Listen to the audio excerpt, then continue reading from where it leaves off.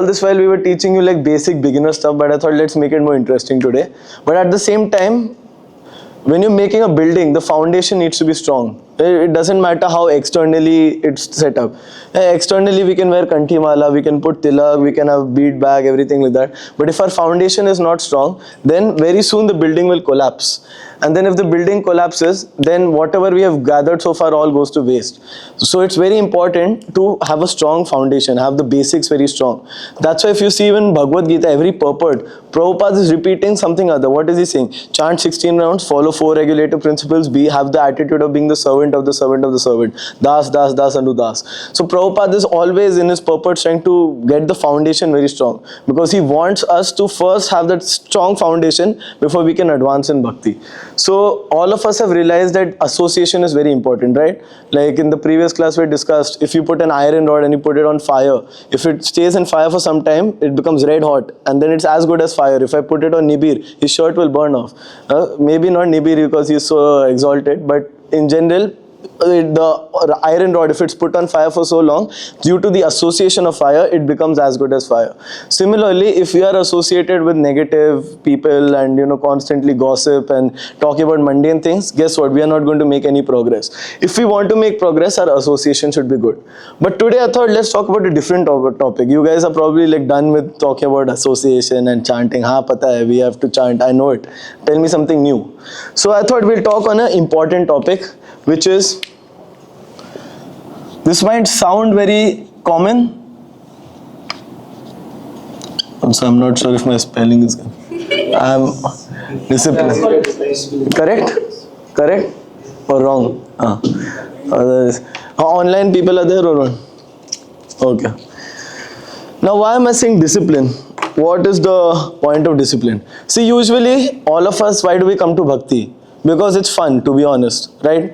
Who doesn't like sitting in the kirtans, chanting when there's a festival? I know how we dance, we hold and go in circles and we have so much fun. We like the fun aspect of bhakti. But we think that is only bhakti. Bhakti means simply chanting, dancing, having a good time, which is true. Prabhupada said, Bhakti susukham kartum avyayam in the Bhagavad Gita. Susukham means it makes you happy for avyayam, ever, unlimited period of time, eternally. But the most important part of bhakti or bhakti yoga is discipline. See, what we don't understand is, what is yoga exactly? What do you think yoga is, Mr. Monk? What is yoga? I give everybody 5 seconds to answer. If you take more than... Okay. Okay, what do you think,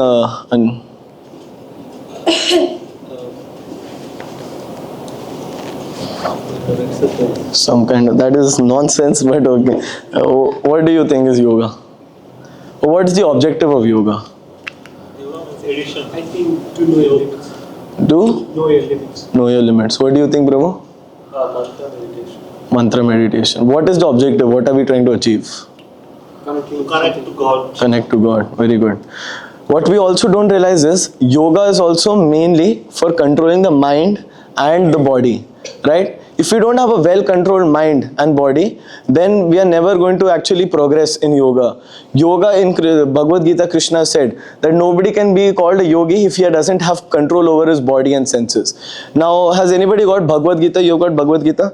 Can you open 2.64? Today, Nibir Prabhu had given me feedback that we should talk more on verses. So today we are talking on Bhagavad Gita 2.64. If you don't have the book physically, you can go on Google and put BG 2.64.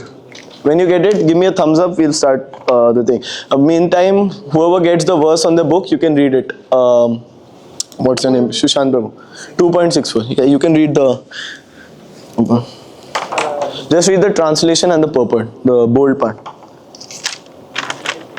But the 2.64. 2.64. But a person free from all attachments and aversions are able to control his senses through regulative principles of freedom, can obtain fulfillment, the complete mercy of the Lord. It is already explained that one may externally control the senses by some artificial process, but unless the senses are engaged in transcendental service of the Lord, there is every chance of although the person A little bit louder, Prabhu, so that everybody can. although the person in full Krishna consciousness may apparently be on the sensual plane because of his being Krishna conscious, he has no attachment to sensual activities. The Krishna conscious person is concerned only with the satisfaction of Krishna and nothing else. Therefore, he is transcendental to all the attachment and detachments. If Krishna wants, the devotee can do anything which is ordinarily undesirable. And if Krishna does not want, he shall not do what he would have ordinarily done for his own satisfaction. Therefore, to act or not to act is within his control because he acts only under the direction of Krishna. This consciousness is the causeless mercy of the Lord, which the devotee can achieve in spite of him being attached to the sensual platform. Very good.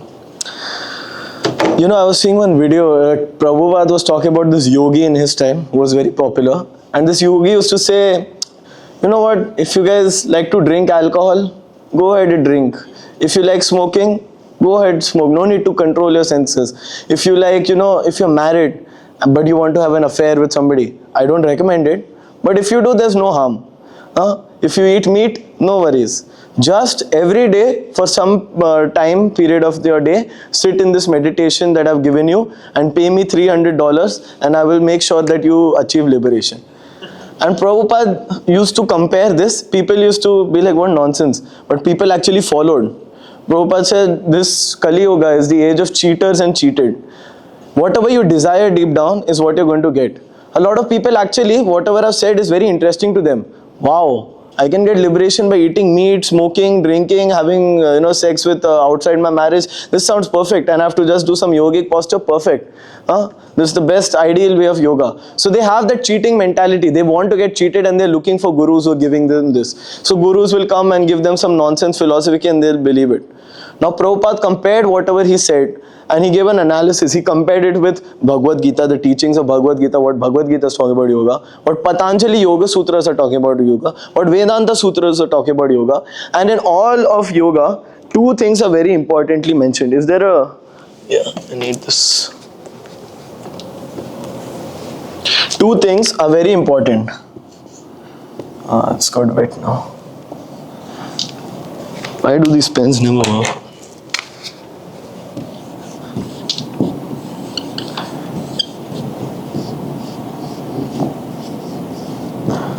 So two things are usually mentioned when it comes to yoga.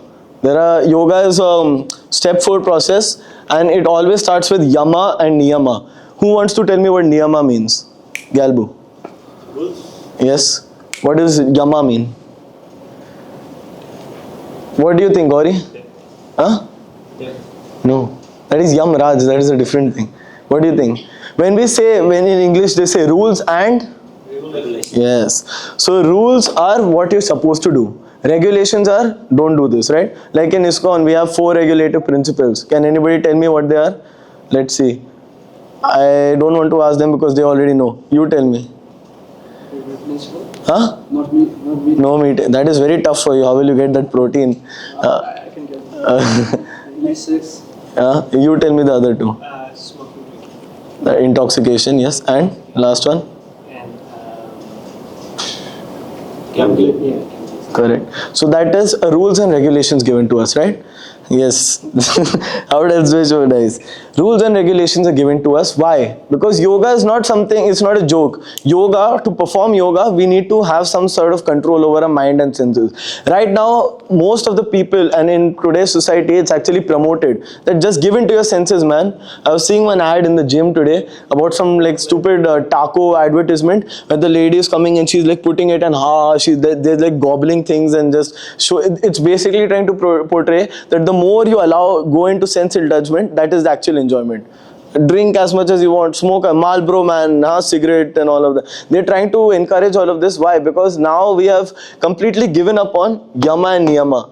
What we don't realize is these same things, when we don't follow, we become absolutely degraded. We don't even need to be very big yogis or spiritualists to understand. You only think practically in a day. If you sit, if you do nothing productive, you just sit in front of the TV, have like a lot of junk food, eat it, and at the end of the day, you think, will you feel happy? You'll feel like miserable, like what have I done? I've wasted a day. You will not feel happy with yourself. Similarly, the same person who goes to the gym, like Suman Prabhu, goes to the gym, maintains a good diet, keeps a good physique. They have to go through some rules and regulations. What are the rules? Go to the gym, put in some physical exercise. What are the regulations? Don't eat junk food, don't eat sugar. You have to control so many things.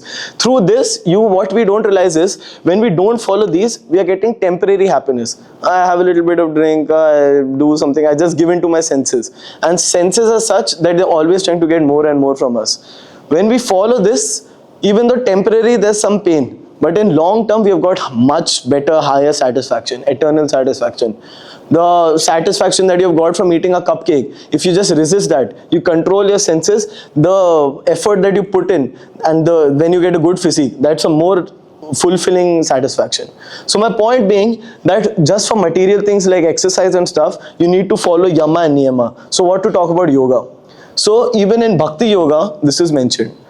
That's why Prabhupada used to compare it with all the sutras, because all the scriptures are saying the same thing, that one needs to control their senses to be a qualified yogi. Nobody can become a yogi without being qualified and controlling the body and senses. Prabhupada used to mention the difference between, can I write on this? Is it still met? Goswami. Anybody wants to tell me what Goswami is? We hear all these Maharajas, so and so, Swami, so and so. What does Swami mean? So Swami means master, okay, and Go means senses. So one who is the master of his senses, who can control his senses, is called Goswami. So any sannyasi, any Maharaj that you see, they have got the title Swami, which means that they have been practicing this Bhakti Yoga for such a long time that they have got perfect control over their mind and senses. You won't see them indulging in their sense gratification. But similarly, those of us who can't, we are also called Go Das. Nibir, what does Das mean? Servant. Servant. What does Go mean? Senses. One who's servant to the senses is called Go Das. So we are either of the two. Either we are Goswami or we are Go Das. We are always controlled by this. And we, unfortunately, most of the people in Kali Yuga fall in this category. Go Das. No control over their mind and senses. Do whatever, eat whatever, drink whatever, watch whatever, say whatever. No control over their tongue. No control over their thoughts. And they're just living life, just day by day, wasting every period of our life. If we see, even in other material aspects, like for example, everybody knows Muhammad Ali, the boxer? Who doesn't know Muhammad Ali? Everybody knows? You don't know Muhammad Ali? Okay. You know what boxing is? Where two people come and just punch each other till one of them is bleeding. It's a very fun sport apparently. So, Muhammad Ali, he was actually speaking to one of the devotees, right, who later on became an ISKCON devotee, and he said, I'm a very lusty guy. I love sex indulgence. I cannot live without sex. He used to say this. But he said, whenever I have an important boxing match, I will make sure that I will not have sex 3 months before the match. Because I notice when I have sex, then my strength reduces. My overall mental control, my physical control, I feel weak when I'm not able to control my sense indulgence. So he said, even though I have no desire to become a monk, I have no intention of becoming a monk, especially Hare Krishna. I have nothing to do with that. But for 3 months before the fight, I will be the best monk possible. They have to go through so much endeavor. If you see any athlete, I had a friend who was an athlete, national level athlete. It's very hard work, day and night, just gym routine. Then you have to make sure you're getting enough rest, make sure your diet is on point, make sure you have enough vitamins, this, that.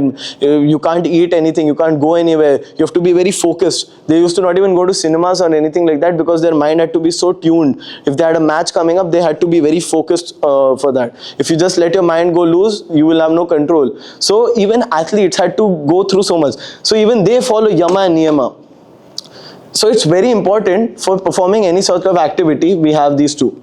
So Muhammad Ali used to also follow these yama and niyama.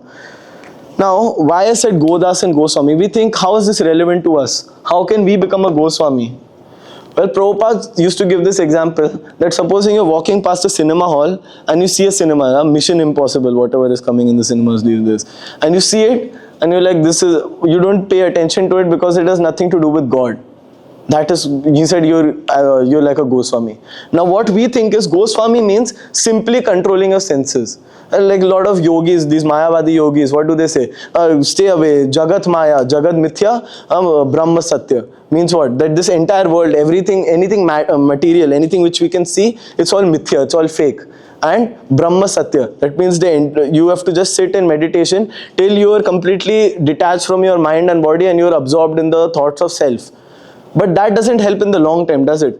Because if you are, taking your attention away from some taste, some enjoyment, till the time you're not feeding it something else, you are not going to actually succeed in that. You're continuously going to fail. So Prabhupada never inculcated this habit that you just sit in meditation or just restrain your senses and do that. He said engage your senses in something else, something higher, something more valuable, something spiritual.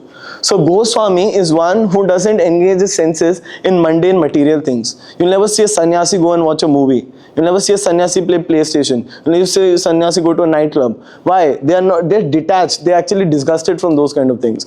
But at the same time, the same sannyasi, the same Goswami has attached his mind completely in Krishna. Matchita madgata prana bodhayantas parasparam kathayantas cha mam nityam tushanti cha ramanti cha. What does this mean? That Matchita mad prana, that people who are very elevated, who have got full control of the senses, now they tasting a higher taste, a much more spiritual, fulfilling, transcendental taste. What is that? Katha yanchas mam nityam. That means they are engaged in Hari Katha, and engaged in discussing the pastimes of Lord Hari, the discussion of God, things related to God. Like right now, this is Hari Katha. We are talking about God, we are talking about Krishna, talking about his pastimes, talking about the instructions that he's given us to Bhagavad Gita, and talking about literature, associating with devotees, chanting his holy names, glorifying him. That is what they're. Tushanticha Ramanticha. The Raman, what does Raman mean? Radha, Raman, Hari Bol. What does Raman mean? Raman means bliss, transcendental bliss. Salon Prabhu had said in one class, we think Hare Krishna is okay. Radha Krishna. What does Hare Ram mean? It can either be Ramchandra, but other meaning of Ram comes from Raman. And what does that Raman mean? The transcendental bliss, the Ananda. There is one Ananda called Brahmananda. Brahmananda, this is too long to write, man. Brahmananda. And this pen doesn't work. I won't write anymore. Please listen to what I'm saying because this pen is pathetic. So Brahmananda means what the Mayavadis do. They completely detach themselves. They will not have any sort of sense engagement. They will not do anything. Now what do? These same people go to the Himalayas, they'll sit in meditation, close their eyes and all that. And then after one point, when they gain some control over their mind and body, they'll just be absorbed in the thoughts of Brahman, which is anybody knows what Brahman is? What is Brahman, Mataji? Not the Brahman as in the Sadhu Brahman. The Brahman means...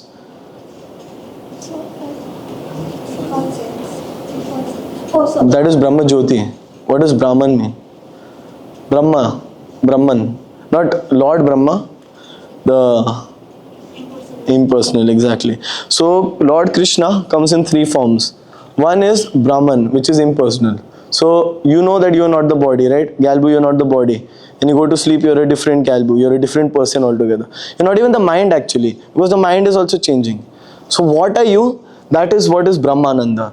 When people get detached from body and mind identification, and then they realize that they're spirit soul.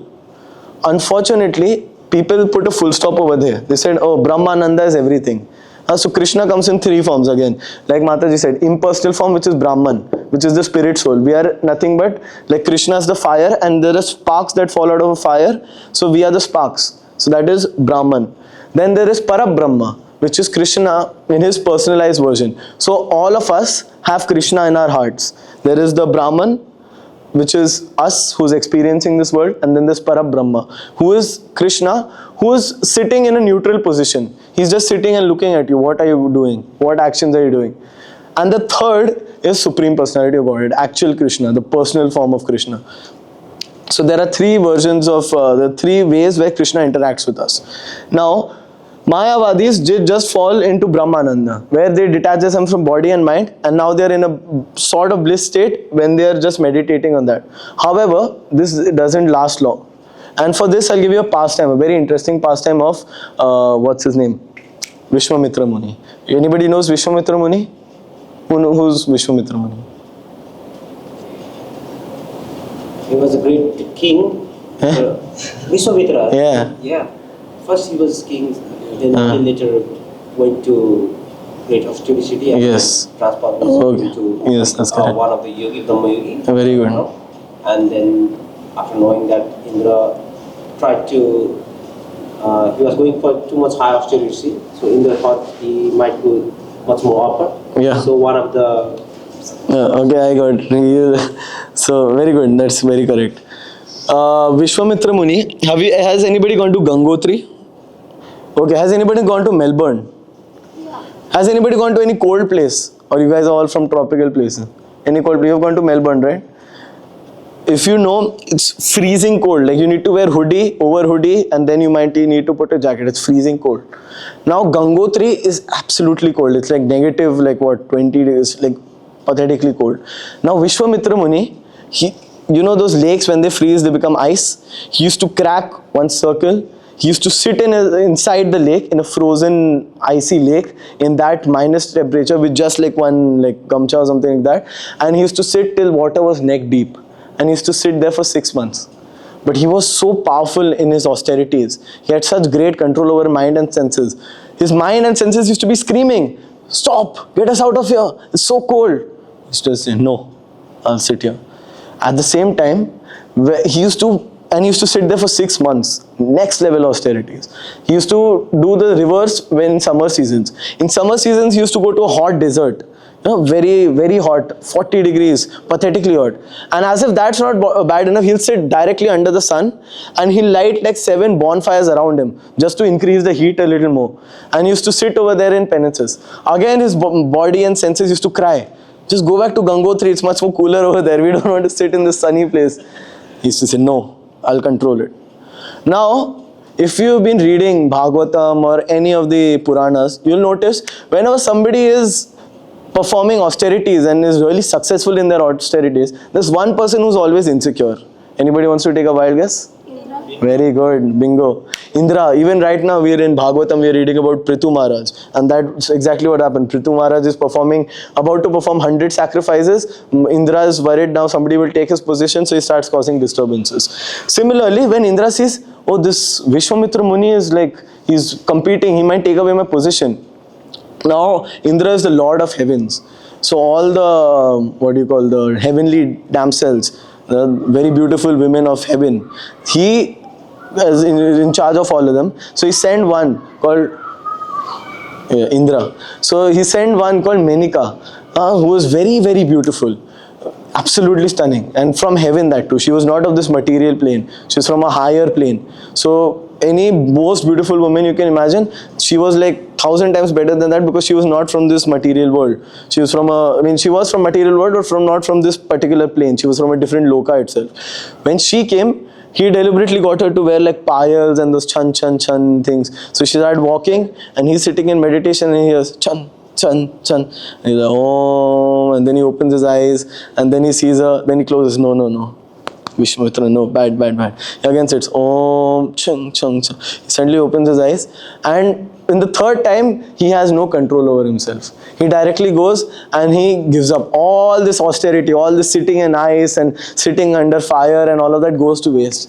He gives up. He loses power, control over his senses. So this is what happens when you're in Brahmananda. When you think that just if I just detach myself from all pleasures and I just meditate on the impersonal form of myself, I'll be very happy. Well, we can see. And this is a guy, I bet none of us, including me, can sit even in icy water for 30 seconds in that negative temperature. We'll get out immediately. If you put the shower, how many times has this happened? You try to open the shower and cold water is going on and you like take a corner of the bathroom so that you like put your hand to check if it's like normal and then you enter, you like start turning. So that's our condition. If that guy who sat in ice until neck deep for 6 months can fall down, what to say about us? What guarantee is it that we will stay steady? That is why foundation is important. So it's very clear this thing will not work. Focusing and meditating on impersonalism will not work. What does work? I'll give you another story. Haridas Thakur. Who has heard of Haridas Thakur? After the Aartis they say, "Naam Acharya Haridas Thakur ki." Yes, Jai. So Haridas Thakur was Namacharya. Why was he so? Haridas Thakur, he didn't sit under ice, he didn't sit around fire. He simply used to chant the names of Lord Krishna. Hare Krishna, Krishna Krishna, Hare Hare, Hare Ram, Ram Ram, Hare Hare. And how many times would he do that?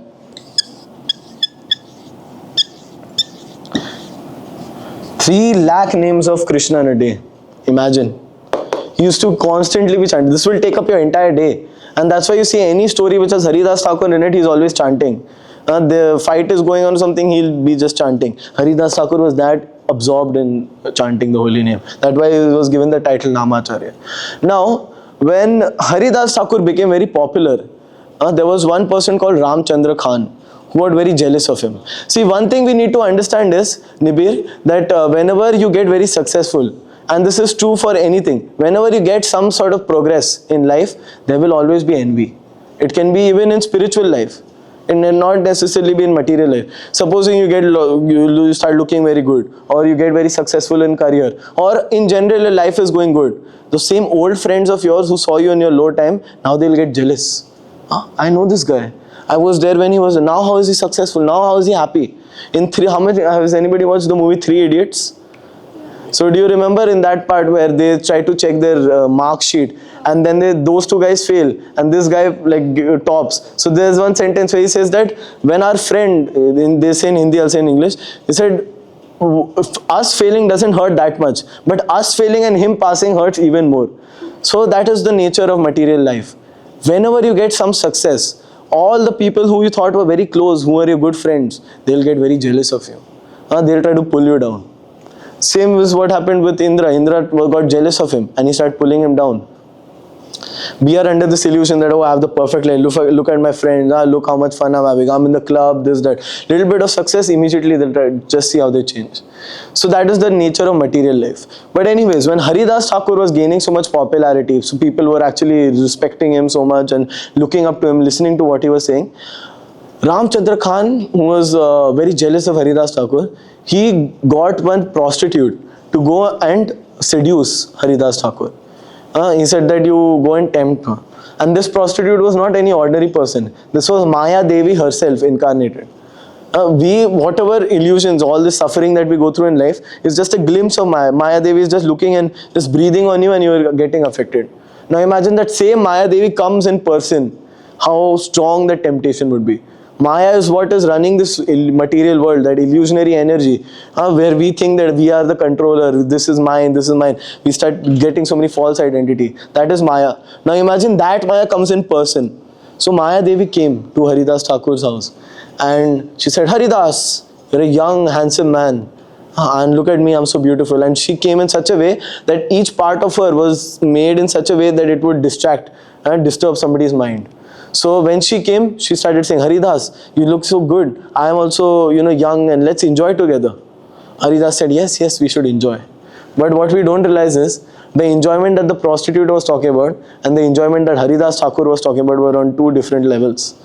So Haridas said, yes, I would love to enjoy with you, but I have taken a vow of chanting 3 lakh names of Lord Hari in a day. So I have to finish my rounds, but after we finish my rounds, we'll enjoy. And obviously this doesn't finish very quickly. So throughout the night he just chanted Hare Krishna, Krishna Krishna, Hare Hare, Hare Ram, Ram Ram, Hare Hare. Finally the day got over. She said, okay, I'll come back the next day. Hopefully that time this guy will be done. Again she goes, I'm so sorry, I really wanted to enjoy. Trust me, I really wanted to enjoy, but I can't. I have to finish my rounds. I'm just done. Trust me, I'm just done. After this, we'll enjoy. She sat down very patiently. Loudly around her he was chanting Hare Krishna, Krishna Krishna, Hare Hare, Hare Ram. Yes. So this happened the second day. Again she went back. She's like, this guy is always chanting, and third day I have to get him. Third day again she went. She said, trust me, I know I've been telling you for 2 days. This time 100% it's done. Then I myself want to enjoy, trust me. But I have to finish my round. I'm almost done. She said, okay. She sits down. Again he starts with Hare Krishna.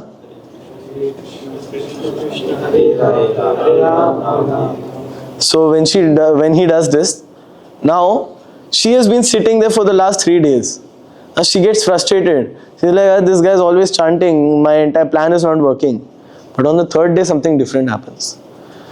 See, the names of Lord Hari is so powerful that just by listening to it, even if you're not chanting it, even if you have no desire to chant it, even if you don't know what the meaning is, just by listening to it, Shravanam, Kirtanam, Vishnu Smaranam, just by listening to it, you get the benefit.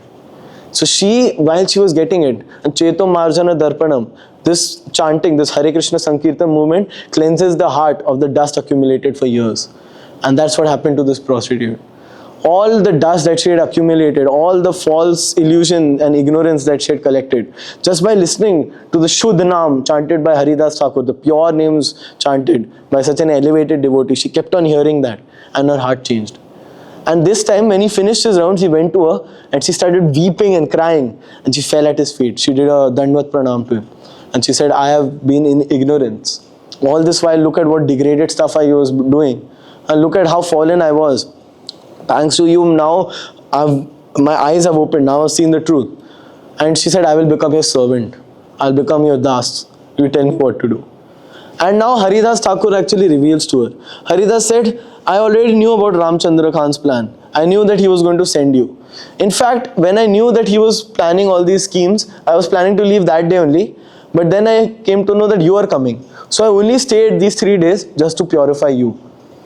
Now she said, what is my order? What should I do?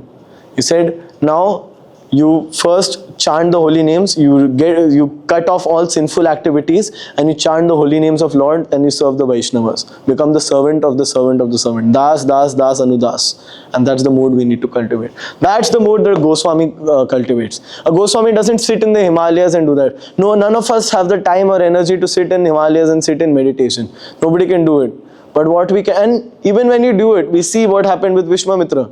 Fell down very quickly. But at the same time, we see what Haridas Thakur was doing. How much control over his senses he had. Why? Does anybody know why? She was like in thought. Okay. That is partially the reason. Because he was getting a higher taste. Because he was getting a much greater gratification than these cheap mundane things. Kadamba Kanana Swami Maharaj said that this material world will give you broken pieces of glass, which we think are so great. All these things that we're trying to achieve in the material world, fancy car, a lot of relationships, a lot of followers, a lot of friends, Instagram view, people looking up to us, popularity, recognition in society, all of them are like broken pieces of glass. And Kadamba Kanana Swami Maharaj said this at the time of his death. This was his last words. He said, Krishna will give you jewels. What Krishna can give you cannot be even compared to what all this nonsense material world is giving you. And that is the potency of the transcendental names. So what Prabhupada and what the Shastra is also recommending is, okay, you give up your senses. That is obviously, that's step one. You have to give up your senses. You have to take it away. But now engage your senses in something higher. Engage your senses in something more meaningful. And what is the soul looking for essentially? What are all of us looking for in this room right now? Or in general, what are people looking for? Love and peace. Yes, love. Peace is, people say Shanti, but Shanti only comes when your life is so disturbed that you're looking for a way out. But just the way out is not good. That's what Mayavadis do. They say, Om Shanti, Shanti, Shanti. Shanti is good. Shanti means you getting out of a disturbed place. But now that you're out of a disturbed place, where do you go now? And that's where love comes in. That's where Bhakti comes in. Bhakti is the path of love. The soul is looking for love. What we don't realize is love is what captivates the soul. Once you love something, you love why is your family with you? You think about it, there is no return, there's no exchange policy, right? The mother has to do so much for the child, has to clean the child's diaper, has to cook for the child, has to press the clothes of the child, has to look after the education of the child. So much headache. But still the mother will do it with so much joy. Why is that? Because of love.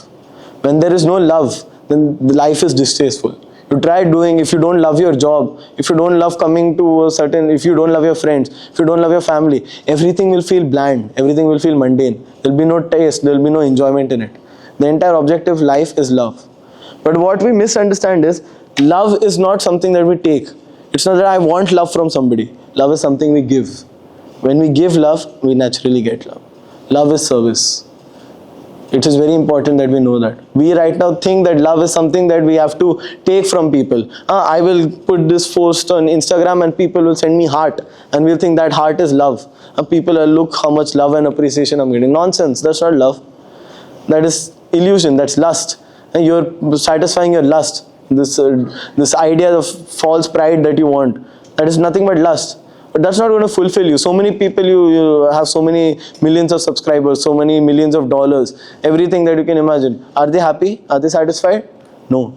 But at the same time, one person in a village with nothing, simply does bhajan of God. He has one small family, one nice house. He does his, agricultural work, and at evening he sits and does Harikatha with his friends, and he spends time. He has one family, and he's very happy and satisfied with that. His level of satisfaction is 1,000 times better, and this is actually done, research done by Yale University. That the satisfaction of a villager in Bangladesh is 1,000 times more than a very wealthy middle class man in it's actually Bangladesh. I'm not making it up. They actually said Bangladesh. I don't remember the place, but it was something like that. But the satisfaction is so much more. Why? Because there is love, there is genuine meaning to it. And Krishna is the source of all love. Krishna is the origin of everything. Aham sarvasya prabhavo mata sarvam pravartate iti matva bhajante mam buddha bhavo samavritaha. What does that mean? I am the emanation of everything material and spiritual. And one who realizes this, Buddha Bhava Samavritaha. That means that Buddha Bhava, he is intelligent. One who recognizes this and who worships me, Bhajante Mam. What does that mean? One who now recognizes that Krishna is the origin and source of everything, and now worships him, he is intelligent. He is intelligent amongst men.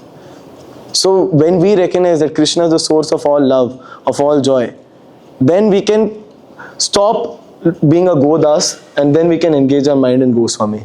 Goswami simply means being completely engaged in loving transcendental devotional service.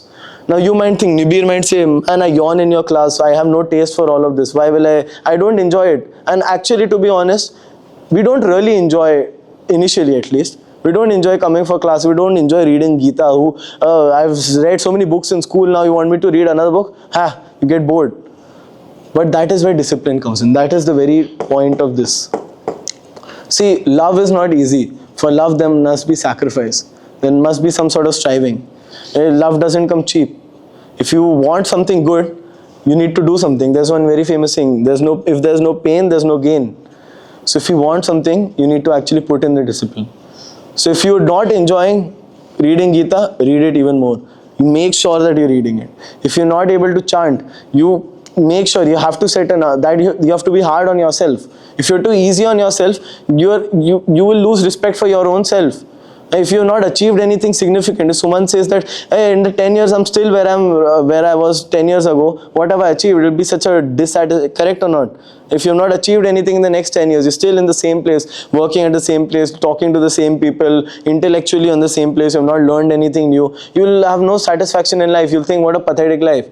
So that's where discipline comes in. Discipline is the chain that we need to, move to actually get us going, to push us ahead. Have I missed out on any point? Yep. I think I said everything. What's the difference between a man and an animal? An animal is just looking for how it'll do anything it feels like. If it wants to eat something, it'll go and eat. If it wants to sleep, it will go and sleep. But what is the difference between a man and a human being? A human being, like the person who wanted to create this hall, he had to put in some effort, he had to do some prayas. The Shreyas and Prayas. Shreyas means just giving into your senses and doing whatever you feel like. Prayas is now you set a goal, you set a target and you achieve that. Set a goal that from now on I will chant these many X number of rounds, I will read these many pages, and stick to that. If you can't even stick to that, then shame on you. To be honest, like I'm being very frank, shame on you. If you can't do basic thing, then what can you actually do? Why do you have this false ego? Why are you yawning in class? What can you actually...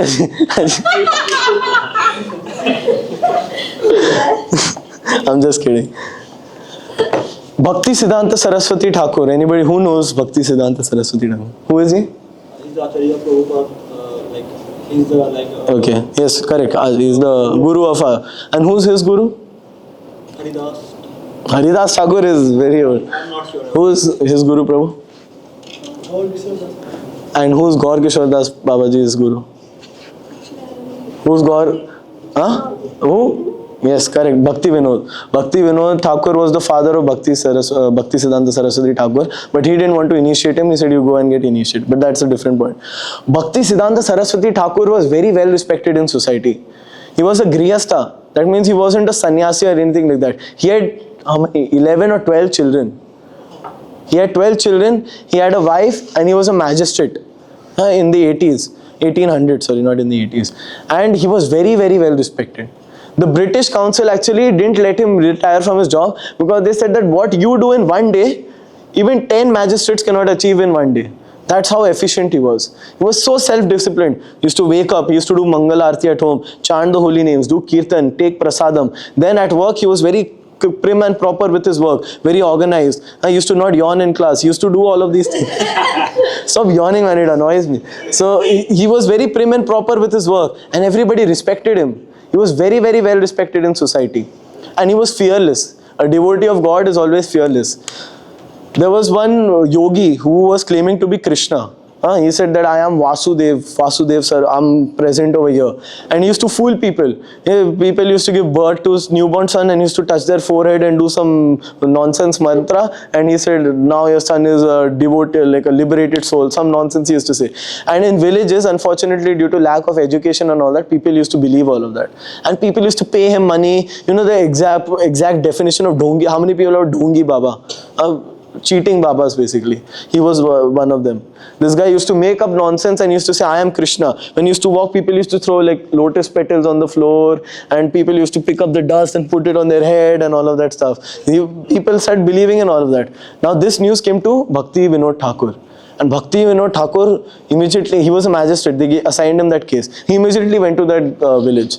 Now everybody knew that he is actually a very great devotee, very elevated, pure devotee. So he can handle all these religious matters. They didn't want, the British could not get involved because it would be, conflict of interest. So they sent Bhakti Vinod Thakur.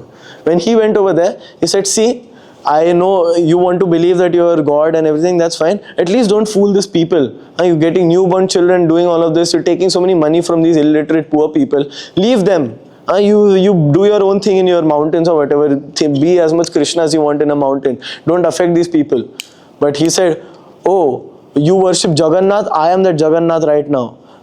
Who are you to tell me something? When Bhakti Vinod Thakur heard that, he got completely irritated, he got frustrated because a devotee hates nothing more than Lord being insulted, Lord and Guru being insulted. So when Bhakti Vinod Thakur heard that somebody is insulting Jagannath, this idiot is calling himself Jagannath, immediately got angry and he said, arrest him. And the police guys were actually scared of putting handcuffs because they also believed that he's actually, what if he's Jagannath, lightning or something will come, our family will die. So Bhakti Vinod Thakur took the handcuffs and he actually handcuffed them and he took him to jail. Now this guy was actually a yogi, he knew some mantras or something, some mystic powers he had. Bhakti Vinod Thakur and his entire family got very sick. Very deep fever, sweating profusely, 103 degrees fever, weakness, they didn't have any energy. And now all the people were scared. Said, maybe this guy is actually Jagannath. This guy arrested him, look, his entire family, people were scared of him. Now the day came of the court hearing. On the day of the court hearing, this yogi was come and police people were not even trying to hold him to escort him. They were maintaining good social distancing at that time because they didn't want to mess around with Jagannath. So when they took him to the court, this guy was saying that you have offended Lord himself, I will punish all of you. And this guy said, Jata, you know what Jata is? Yogis usually they have their yogic power. I'm not very knowledgeable on yogic, but it has something to do with your hair. Your jata holds a lot of your power. That's why you'll see big yogis, naga sadhus and all, they have this big jata, thick heavy strands of hair. So this guy had, I can explain that. Yeah. He said that one of your chakras is just over Yeah. right? That's why they have this long hair, so they wrap around Yeah. to keep that chakra inside of them, Yeah. not floating around. Okay, yeah, thank you. So he also had something like that.